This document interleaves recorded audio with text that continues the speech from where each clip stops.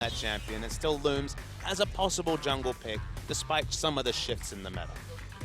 Indubitably. So, KOO Tigers, Alistar will be the first ban. KOO may just be going for those Alistar, Annie, and Lucian bans that they had in Game 1, taking away Najin's ability to hard engage, which is great because Najin, not the best team when it comes to coordinating around team fights. And if you take away the easy ways to do it, instant stun from Annie, long range engage from Alistar, Najin may have trouble actually coordinating all of their members getting in onto the KOO Tigers at the proper timing. And remember, when those options were gone, what did they have to default to? That risky mid lane choice, the Twisted Fate, that certainly didn't pay off in Game 1. So guaranteed CC and engage seems to be at a premium for Najin, and KOO have got the read on that with these two bans, same as Game 1.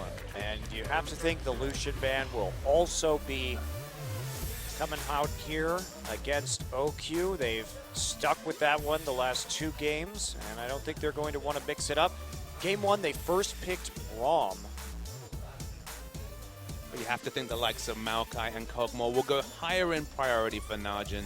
Maokai was banned last game, so we'll see if there's anything different. Certainly not on KOO's side, as you mentioned. Strange World Revolution needs to be banned, but his performance against Anarchy, 17, 1, and 6, I think, was his score that game. He just blew them away. Yeah, it was quite spectacular. So, we do have the Rise, of course, banned last. Now, the question is the Braum still the first pick? It's been taken in the first round of the draft on both sides by the KOO Tigers so far. But in Game 1, Najin kind of made a bizarre choice. Janna Rek'Sai. I don't think they're going to make that mistake again. There's no need to take the Janna that early in the draft. Grab something with higher priority. So just think about the options. Braum, Maokai, and Kog'Maw, to me, are the 3 champions that were left open that should be considered. Thing about Braum, so flexible. It's weird, you know, we had him thought of as only that disengaged support, but the rise of the likes of the mid Ezreal has shown that there's so many champions that can apply. You know, Yasuo in Game 1 we saw the concussive blows, and the fact that he can go from being counter-engaged but also excellent on teams that are looking to engage has just meant that his priority has shot up as Rek'Sai is being thought about. So maybe no Janna this time now. Well, the Rek'Sai is fine. Sure. If they want to take that, I can agree with that. And they're going to maybe take the Azir early. That's not really been a big pick for Kuro. So they're giving up Maokai. They're giving up Kog'Maw here. Kog'Maw went through the picks and bans, so it wasn't must pick, must ban, at least judging on Game 2. I feel like maybe there's always a spot for that champion, given just his strength and the lack of backline in the meta. So we'll see if they still default to the similar sort of picks. You know, on this side, we saw the Maokai and the Gragas be locked in for KOO, and maybe that's that time again. Or you can go for this duo that I think is the strongest red side duo, the strongest backline, most reliable top laner, and the guy who does the most damage. Yep, absolutely. And you don't need to take the Gragas right now. We've seen some players play top lane Gragas, notably Ixu, if they want to deny multiple junglers to the enemy, but I don't think we're going to be seeing that from Duke. So, I don't know, KOO looking like they have an extraordinarily powerful draft coming through. I think Najin's going off meta with this top laner. I think Singed or Olaf has to be the target, because you need something that can either cause disarray or get onto this Kog'Maw, because first 4 picks sometimes can do it, but certainly no reliable backline engage from the first 4 picks from Najin, given what they're mousing over at the moment. Yeah, they have to have something in store. Leona would definitely be a solid choice that would give them the kind of engage that they need, even though it's less reliable than Alistar or Annie, because that Solar Flare is just fundamentally more difficult to hit. I think Thresh, even though Pure is a plenty fine Thresh player, not going to be the right selection for this composition. You need something to engage, and that Leona would fit the bill. Not going to go for it, though. Thresh and Sivir instead. I'll reserve my judgment till we see what backline top laner we're going to see coming through from Najin. I kind of side with you on that one, but last time we saw Leona, it was Leona versus Annie, which is an excellent laning matchup, and the Leona Corki could run wild over the Annie lane, just bodying out that low health stacking, very brittle Annie support. Braum's a different kettle of fish. You know, both of them all-in supports on one level, but you make any mistakes as Leona, the concussive blows will stack up because you're getting into that uber melee range, and you might get punished. So the laning matchup is certainly not as ideal as that in that particular situation. KOO, I mean, they could basically ape what they put together in that previous series. So just waiting to see where they want to solidify this comp. Yeah, hovering over the Lulu. They could go for something like a Juggernaut. They could also just play the Yasuo one more time, although that's not going to be as effective against the Azir as their previous composition, and they do not have a knock-up from the jungle. Yep, so it will be a Juggernaut. I think this is a better choice given what they've seen so far. Control the mid lane with the Lulu, so the inventors of the Juggernaut will be returning to that strategy. We have the Evelynn pick, even though it's against a Rek'Sai. Wisdom has been very good at his flank engages with that champion. Plenty of peel. Najin has to have an answer. How do they kill the Kog'Maw here? How do they deal with the Maokai, who's such a strong laner in so many different matchups? Where are they going to go? The Olaf would certainly be a risk, but maybe necessary to actually get onto this combo with so much peel from so many members. You need a curveball from the top lane. I hope they have something very special planned out here. That is not special enough.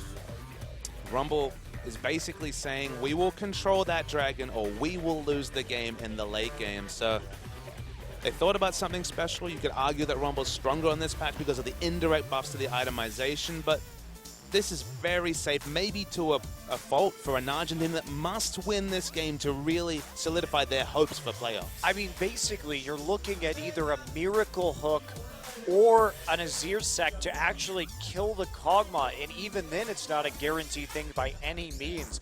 You have a Leona here, at least you have a reliable form of primary engage. That is completely off the table right now with this Thresh pickup. They can still go for pick play, but this is going to be really, really hard for Najin. Yeah, their hopes of getting picks completely rely on just monopolizing vision around the map, denying that vision with the likes of sweepers, and setting up around objectives. And if any of those variables fall down, so will their comp. Yeah, well, KOO Tigers, they have some strong lanes here. They're going to be feeling good about how this game is going. They should be very safe in the early game. They have some nice kill pressure onto the Rumble on the top side. They have an advantageous matchup in the Kog'Maw Braum on the bottom side, and Lulu just sit there wave clearing.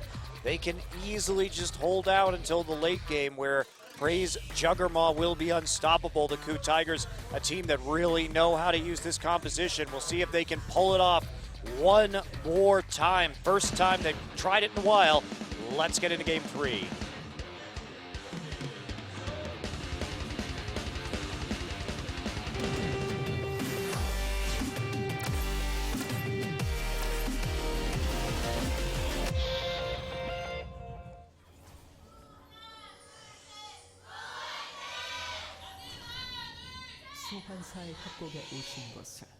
Well, possibly playoff seeds on the line in this game, depending on how the rest of this season pans out. KOO Tigers trying to struggle their way up the ladder, trying to take that number 2 seed, which is still well within their grasp. Najin attempting to even make it squeak into the playoffs at number 6. Prey gonna pop a ward in there. Fool me once, shame on me. Instantly cleared this time. Or fool me once, shame on you. Excuse me. Wow, I messed that up. Exactly the opposite, Papa Smithy. I didn't even call you on it. I was going to leave it to you, Monty, just like when I was talking about that Olaf thing before. You'll call me out on it like a year later. All right.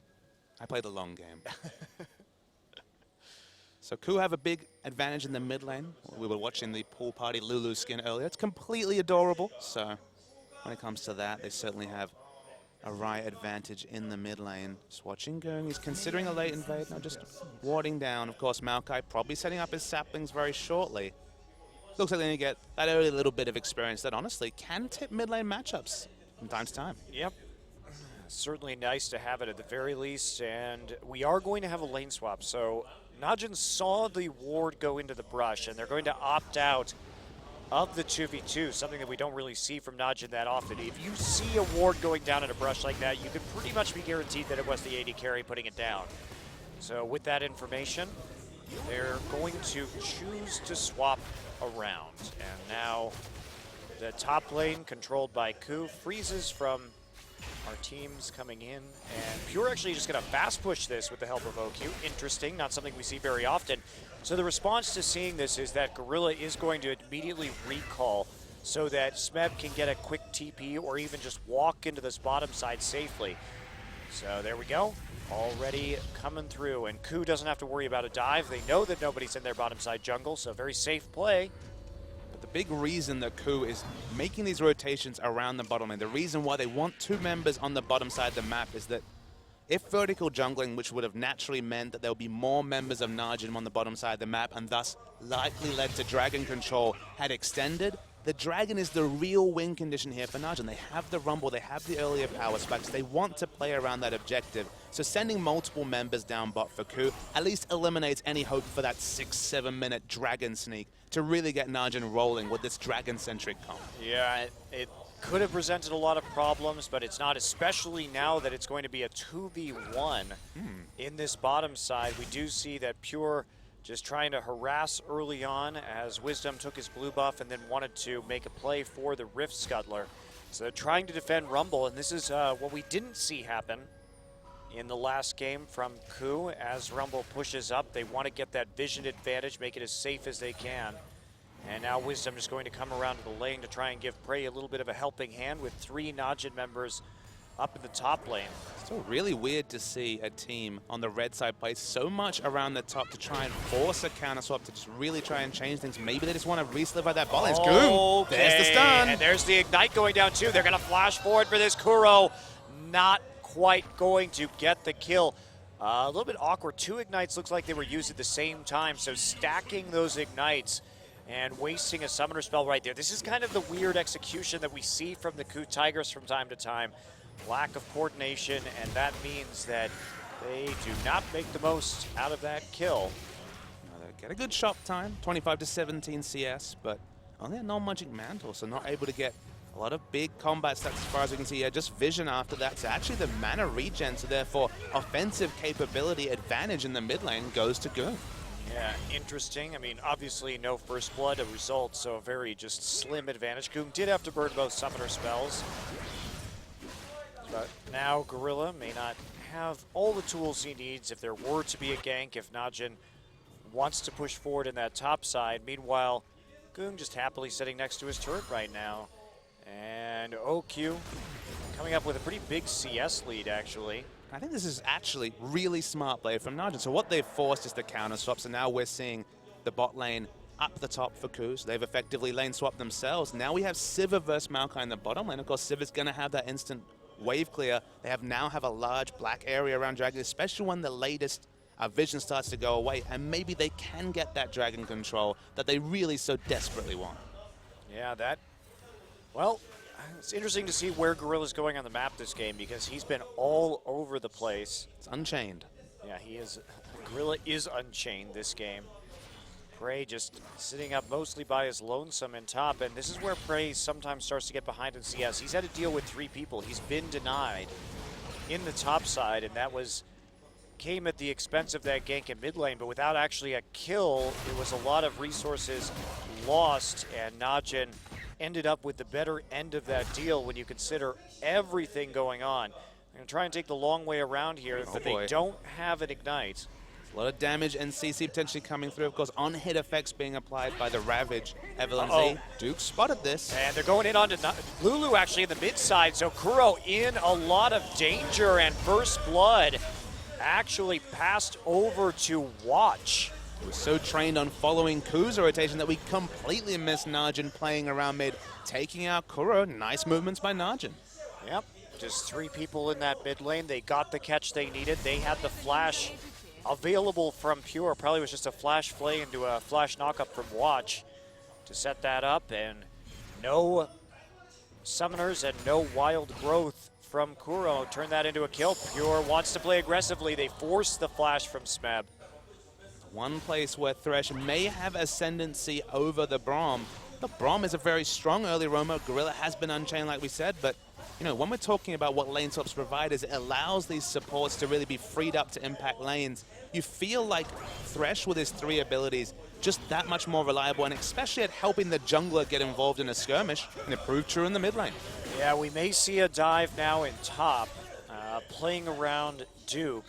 The Evelyn is there. They know they need to do something right now to get themselves back into this game, but everyone just going to recall, and we're going to return to standard lanes. Let's take a look at this. There is the Flash Winter's Bite, but the auto attack cancel from Prey could potentially have been massive there, and so much expense. Look at those flashes. 4 flashes basically used in unison.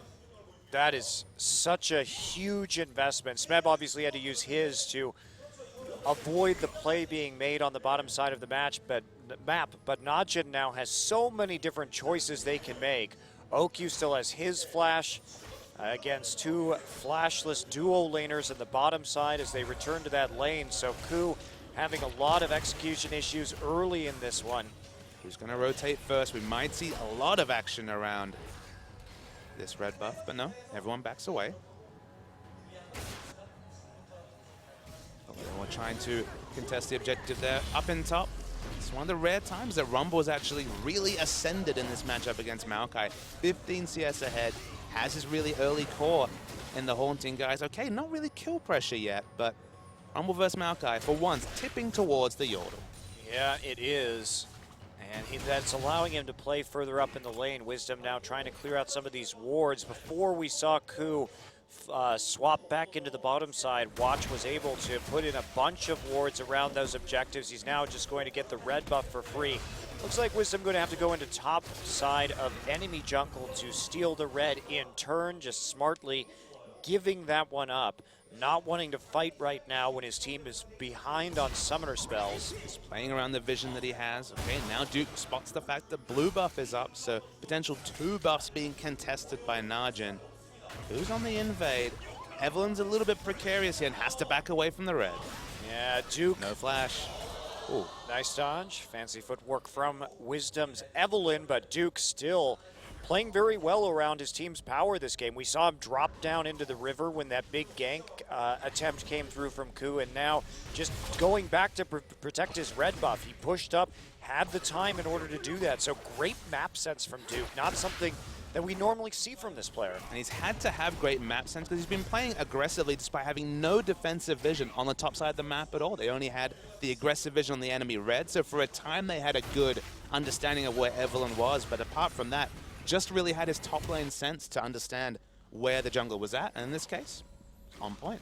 Definitely was. So Prey, he needs to keep on farming down here, but he's also fallen behind in terms of CS, so he will be delayed on that Trinity Force pickup. Wisdom still lurking now, trying to find something here on the bottom side, but instead just has to go back and do the Krugs. Man, this really feels like we're back to Season 1. So it's the Juggernaut, which is already, of course, not Season 1, I say Season 1 of this season. So Spring Split is what I'm trying to say, but we're going back to Spring Split because the Juggernaut's back. They're losing the early game here at KOO in every lane.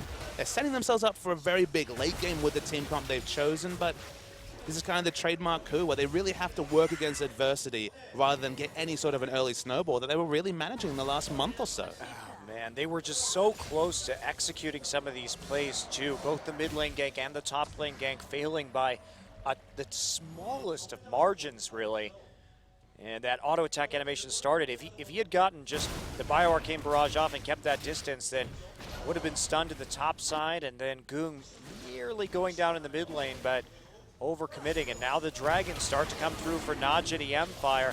That is going to be highly useful. Again, another early dragon in this game. They're going to start the clock on the 5 dragon very quickly. And now they have the first dragon at 11 minutes. They have a 2K gold lead. That's dangerous, very dangerous right now for the KOO Tigers. Even though they have the better late game composition, the timer has started for them. The game, what will it look like at 40 minutes? The big question is now presented because, of course, the 5th dragon going to be around the 35 to 40 minute mark. Watch takes the Winter's Bite, but is able to get away. I mean, the big thing for Najin, the big thing for playing against a Juggernaut comp is if you can break the base, certainly there are a lot of options for you in the late game. But if they can just hold on to their turrets, power up, of course, quite a cheap build going to be coming through from both the Lulu and Maokai in terms of teamfight readiness, and then just wait out those item timings on Prey, Juggernaut is always relevant. Yeah, that is very true, and the siege here is just so good. from the KOO Tigers. With that, they have decent wave clear from Najin for sure, but again, yeah, the relevance, the eternal relevance of the Kog'Maw in the late game with the Juggernaut is just one of the strongest compositions in the game if you can get it there, if you can get it to work. So Wisdom will be seen here from Watch, who's been doing a very good job in this series of just keeping control of the enemy jungle to his credit, and he's just going to keep on preventing Wisdom from actually doing these Raptors. He doesn't have Smite up, so he can't really contest it, but he does force Kuro out of lane. The ones on the other side of this matchup is Watch. Of course, so frequently he's been the Evelyn who has to deal with the fact that Rek'Sai has that Tremor sense. He's been the one that's had to deal with one of his lanes not having pressure and just being invaded on as the Evelyn. Finally, the shoe is on the other foot, and it's good to see that Watch can play that aggressive style as well. Yes, so Smeb and Duke here. Still not too much of a difference. Smeb just catching up in terms of his CS, so not so far behind. Goong actually getting harassed there. Nice glitter lance to secure the ward kill, and Watch just zooming into the Raptor pit, but no real play onto the mid lane. Love the topside warding that's come through from Najin. Ward those camps. That's the only way that you can make the green wards work against Evelyn, and they've had near complete vision. Remember, we already saw Wisdom clear a ward at the Krugs. Now he goes to the top side of the map. No coincidence that all his buffs are warded. Yep. It's just been such a great warding series. Last couple of games. Oh, there's the Glacial Fissure going down. OQ getting Prey very low on an all-in. Looks like a hook may have found Prey underneath the turret and triggered that attempt. Wisdom's here, but he's getting tied up by Watch actually in the tri-brush. Pure will be slowed down with the help of those concussive blows. Prey is low, but Prey does have Summoner Heal. Here comes the TPs. They're going to try and make a play. Prey pops the heal. He's going to kite this one out. There's a hook on the Gorilla. There's the Equalizer coming in, but it doesn't really hit anybody. Smeb is now here too. They are going deep, but the turret is down, and now Smeb gets bounced out. Goong with the ultimate. Wild Growth is there, and Kuro going for it. Can't quite get the kill, and Prey dies on the bottom side. Somehow to OQ, but a trade as the Ignite ticks away onto Goong. Still though, Tower, a couple of kills and trade for just one, and a lot of summoners used once again by the Tigers. And you're just opting into fights, unfortunately, KOO. In fact, Najin forcing fights before all those timings are hit. The Juggernaut is a comp that requires specific timings, but Rumble first to react. Very nice Equalizer. Watch escapes on just a slither of health. Speaking of this, we're going to see a lot of very close calls in this fight. Yeah, OQ just flashing forward with the Boomerang Blade to keep it out. No peel remaining to punish OQ for the aggressive flash. So he does end up getting away with it and with that kill. So only a single kill there, and it's on to Lulu. Not exactly the best target, and that will increase Najin's gold lead to about 3,000. Dangerous times for the Tigers. Finally, some items being hit. Righteous Glory was picked up. Athene's also finished. Crucially, Trinity Force not done. And at 15 minutes, starting to shape as quite a late Trinity Force. Able to go OQ. The Berserker's Greaves, the flat AD building to the Infinity Edge, and the Avarice Blade. So I have to think that gold is starting to grow and grow between the AD carries. And when you're so reliant on this Kog'Maw for damage, that is not a great place to be in. Smeb just going to pop his ultimate to clear the wave.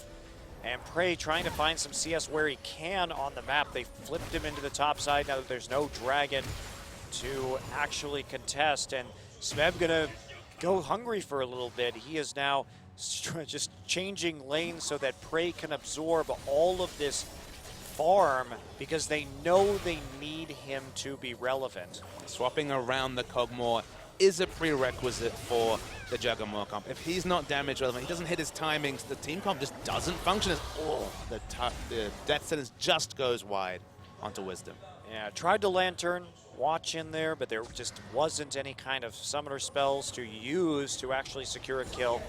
And now we're back to standard lanes as Kog'Maw comes up into mid to help out clear these waves and try and start to group. If they can get a couple towers, the KOO Tigers will be in a good place to get back into this. But against the wave clear seems unlikely. There's just no way to do it, Monte Cristo. This is a win for Najin if they're forcing Kog'Maw to abandon deep freezing a minion wave and picking up CS and force the Juggernaut comp to make the aggressive moves around second Dragon Timer. already Najin has really got into the headspace of the Juggernaut comp that just wants to be pushing as much farm and levels as possible onto Prey. That said, if they can get this dragon and extend the game as a result, they will be in a good position. They've already it's leashed risky. it.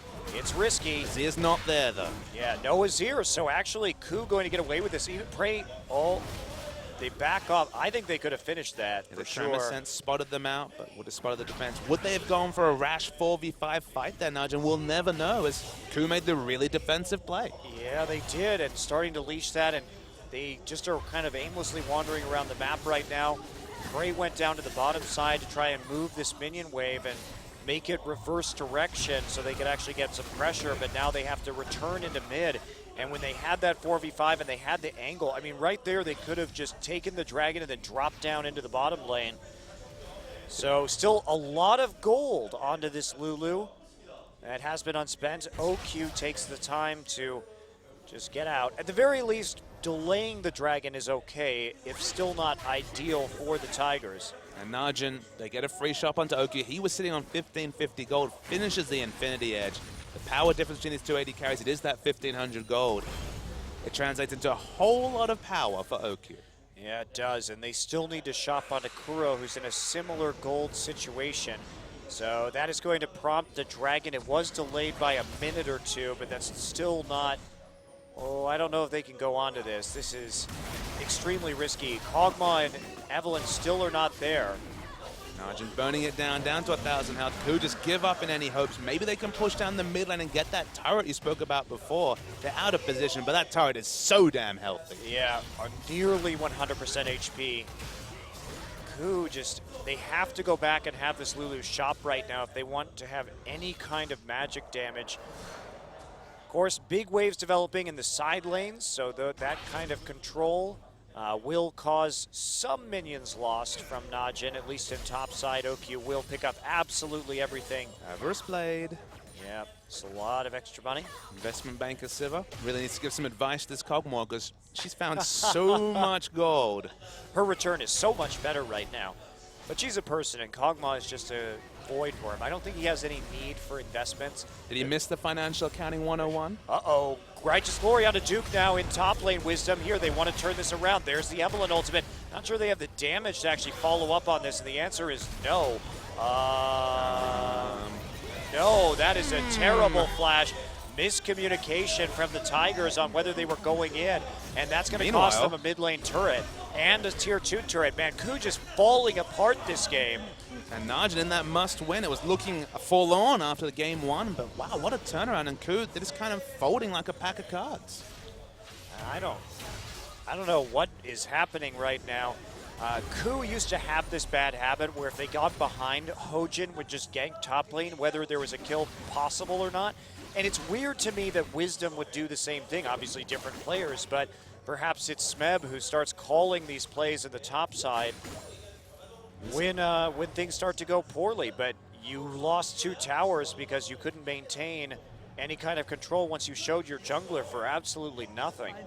Yeah, the traditional Juggernaut comps, it was usually the Nunu jungle that, of course, usually had some semblance of control, given that he was just had a strong penchant for counter jungling.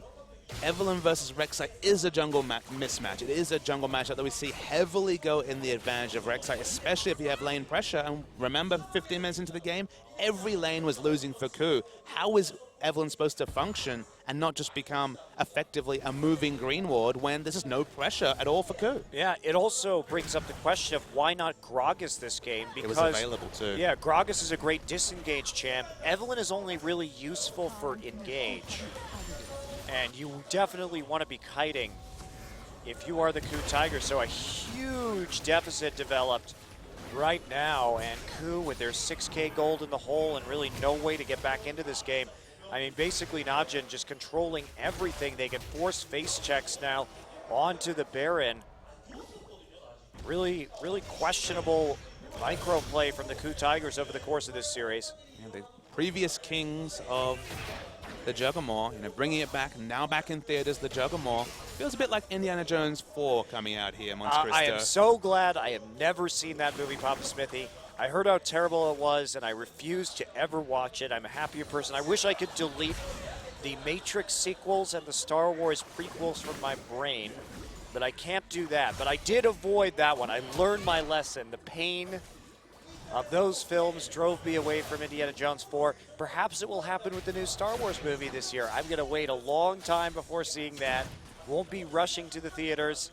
Going to assemble a large body of opinions before I make that decision as to whether I want Star Wars ruined some more or not. And look, you've grown to make some good decisions about the movies that you watch, but if you delete those old movies from your memory, won't that make it more likely for you to make those bad decisions? No, it will not, because I should have just trusted in the will of the so you're critics saying in the first you place. were not excited for the Star Wars Episode 1.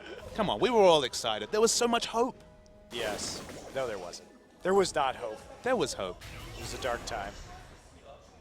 Dark time for the KOO Tigers, also here. Yeah, very systematic destruction of every single little piece of vision for KOO. Waiting for our Jar Jar Blinks moment. Binks. It's not Blinks. That's how I remember it. That's how much attention I was paying. He's not having some problems with his eyes.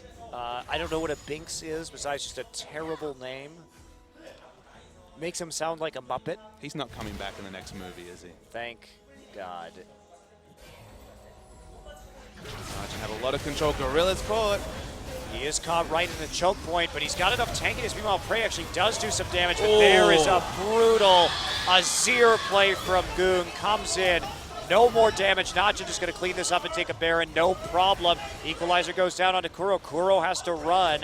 And now Najin taking the Baron, and more than likely this game, this is huge for them, keeping their playoff hopes alive. And Prey's mispositioning at the start of the season is one of the reasons KOO had a really shaky start to the season. He was playing the likes of Sivir, getting caught on trademark champions like the Sivir and Corki. Now we return to one of the most important positional comps in League of Legends. The Juggernaut, and honestly, dies with his flash up. He kind of paid for the sins of Gorilla, but he did not need to be there after the first hook and CC came down. I'm not even sure he had time to flash, honestly, because if you see this, he's going to come in right here, try and get some damage. Why is he look so at close? This. He shouldn't be that close, but let's see how fast he gets popped. Actually, he just gets, no, he doesn't really even have time to flash. He gets knocked up by the Rek'Sai, too.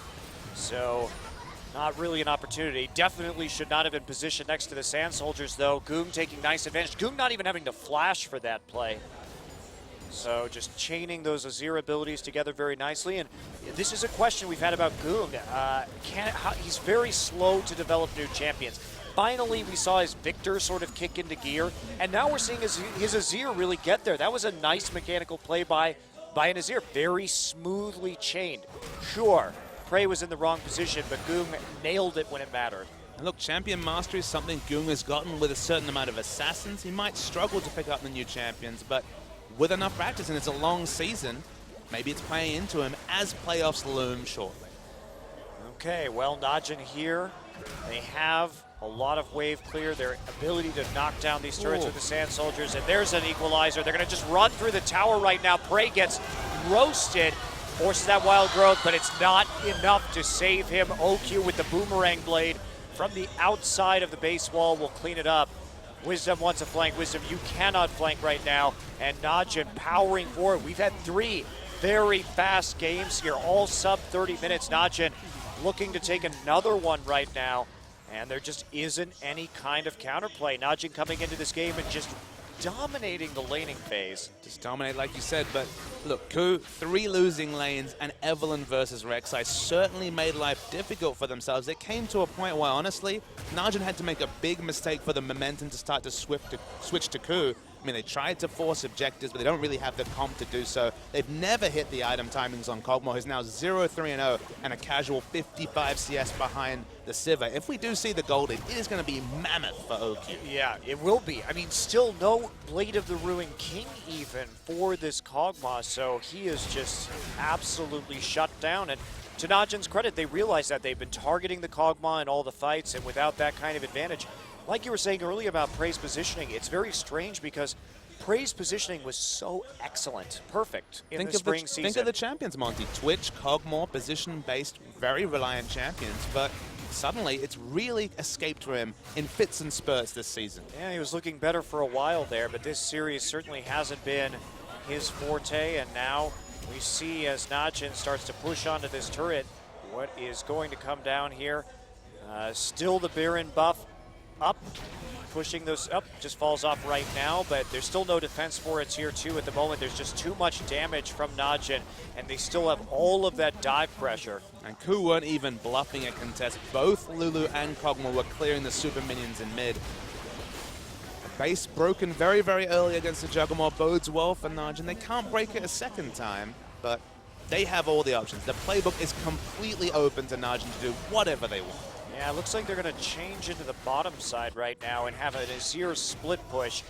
Azir there with the Luden's Echo Poke, going for that item early, and they just want to clean up the lanes right now, it looks like, and then recall to spend some of this mountain of money they have acquired for themselves in the interim.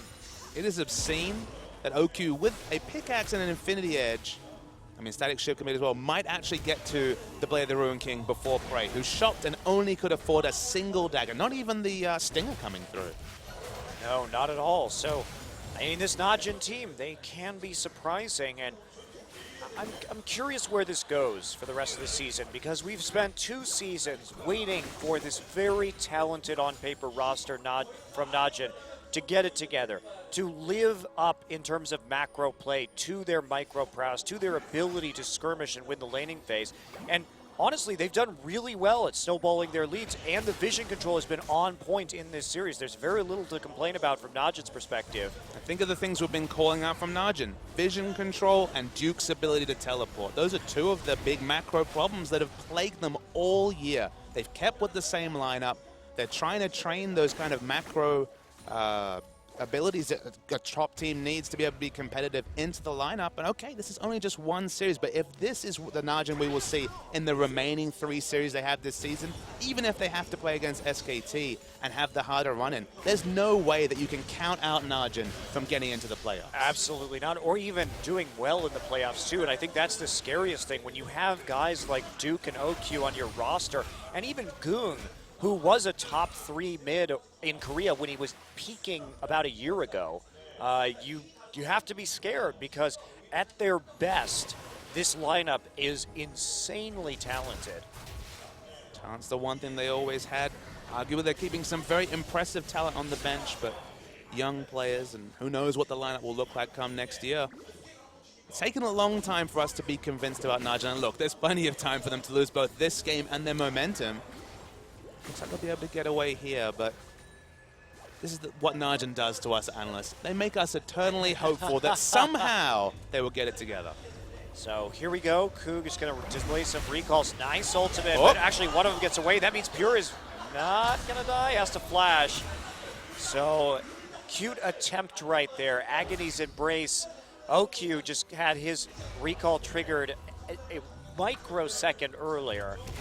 Peace out, said OQ, but Pure doesn't die for it. They get a summoner, but when you're 12,000 gold and 3 dragons in the whole hell, 7 turrets to 0. Grim reading for KOO Tigers fans. And it's not too late either for Pure to get there in time. He's got Moby home guards, so easily able to slide into the dragon. Number 4 is coming up for Najin right here. This is our first game of this series to actually go over 30 minutes. Both of the first 2 were quite one-sided, and now Najin looking to dominate this dragon, although KOO trying to play for a turret here. Trying to break that first turret. They don't have any. That's standing gold across the map, but they can't hope to contest this dragon. 4th dragon, suddenly we're talking about 37 minutes and 20 seconds for that 5th dragon. And they're trying to bluff control around the Baron, but there's no fight that I can see, barring a massive mistake, that KOO can take against Najin. Yeah, exactly, especially with, here we go. Prey trying to poke right now, but those Sand Soldiers and the Echo doing so much. A huge equalizer onto the back line.